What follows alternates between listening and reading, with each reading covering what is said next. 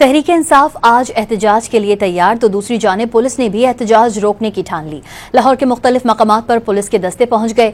PTI किन मकामात पर एहतजाज करेगी, ये तफसीलात जानते हैं लाहौर से नुमाइंदा डॉन न्यूज मियां शोएब से। जी शोएब, बताइएगा।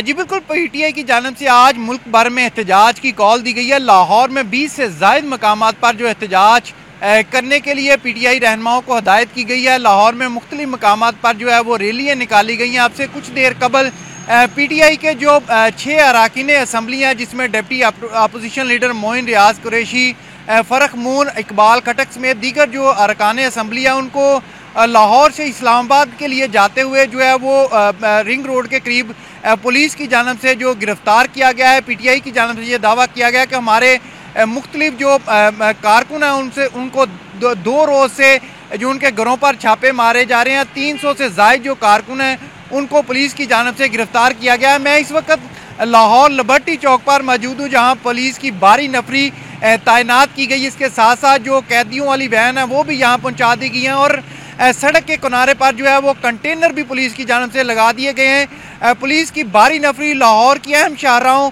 जिसमें मार रोड, आज़ादी चौक, शादरा समेत दीगर मकामात पर पुलिस को तैनात किया गया और पुलिस की जानिब से ये कहा गया है कि लाहौर में किसी किस्म का तो जो एहतजाज है वो करने की इजाज़त नहीं दी जाएगी। अगर कोई एहतजाज करेगा उसे गिरफ्तार किया जाएगा। पीटीआई की जानिब से मुख्तलिफ मकामात पर कुछ देर कबल जो शौकत बसरा की जानिब से जो गुलबर्ग के इलाके में रैली निकाली गई, इसी तरह दीगर रहनुमाओं की जानिब से मुख्तलिफ मकामात पर जो रैलियाँ वो निकालने की कोशिश भी की जा रही है और कुछ मकामात पर निकाली भी जा रही हैं। दूसरी जानिब पुलिस भी गिरफ्तार करने के लिए पीटीआई कारकुनों को मुतहरिक है। मुख्तलिफ मकामात पर जो भारी नफरी वो तैनात की गई है। जी।